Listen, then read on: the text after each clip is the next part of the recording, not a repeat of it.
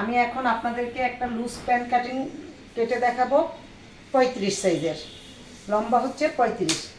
প্রথমত আমি এখানে চলে যাব নিচের অংশে, কারণ নিচে ডিজাইন আছে। এই ডিজাইনের এখানে 2 ইঞ্চি আর 1.5 ইঞ্চি নাই, যতটুকু ডিজাইনের রেখে বাদ দেওয়া যায় আমি এভাবে দাগ কেটে নিব।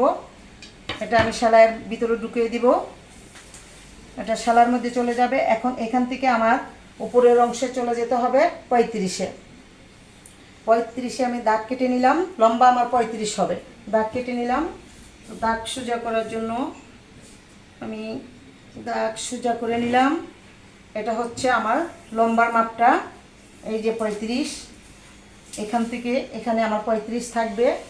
তারপর চলে যাব আমরা মুহুরিতে। মোহরাটা হবে 18, তো অর্ধেক হবে 9। এখানে আমি 9 দাগ কেটে নিলাম, 1 ইঞ্চি